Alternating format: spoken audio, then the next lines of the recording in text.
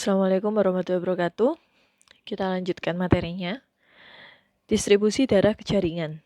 Jadi pengubahan resistensi arteriol mempengaruhi tekanan arteri rata-rata dan mengubah aliran darah yang melewati arteriol.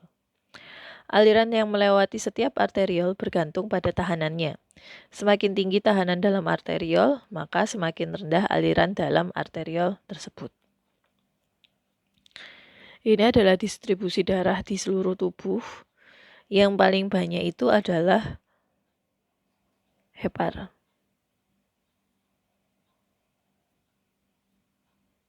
Yang mengeluarkan darah paling banyak itu adalah hepar. Sementara yang mendapat aliran paling banyak juga adalah sama hepar juga. Sama digestif.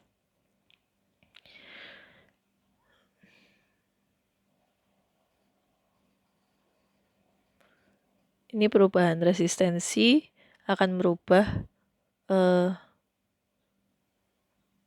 cardiac output juga.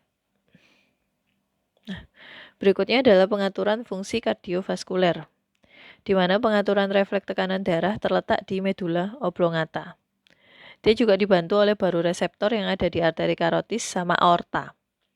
Dia memantau tekanan darah arteri dan memicu refleks baroreseptor.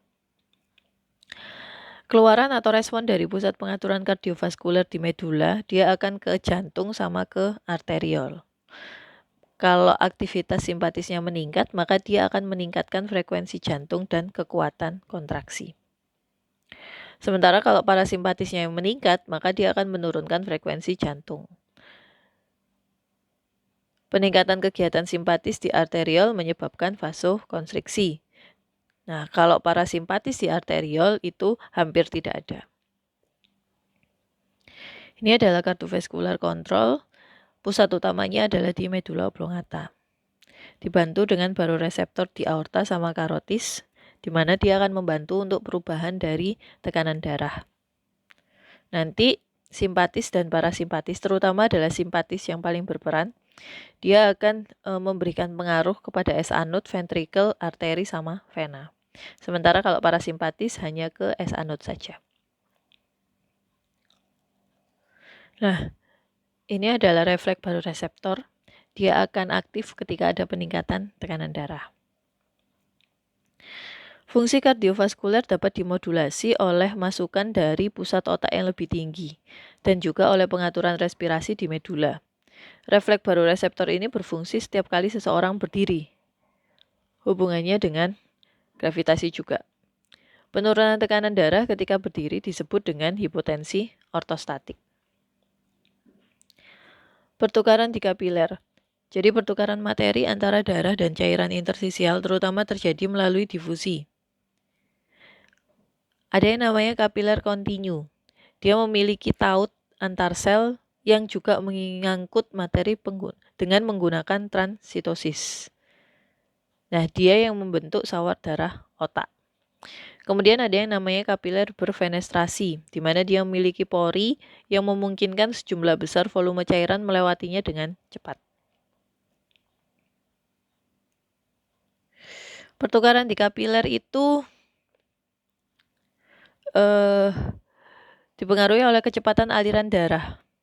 Karena kecepatan aliran darah melewati kapiler itu lambat, sehingga memungkinkan difusi itu dia mencapai keseimbangan. Pergerakan massa cairan antara aliran darah dan cairan intersisial ini namanya adalah aliran massal. Nice to know. Gerakan cairan disebut sebagai filtrasi jika arah aliran adalah keluar kapiler dan absorpsi jika aliran mengarah ke dalam kapiler.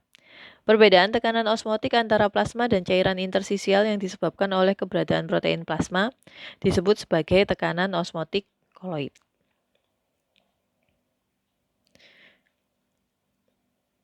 Nah, terakhir adalah sistem limfatik. Sistem limfatik ini dia adalah sebagai penampung. Dia mengembalikan cairan ke sistem sirkulasi karena sekitar 3 liter cairan keluar dari kapiler setiap hari.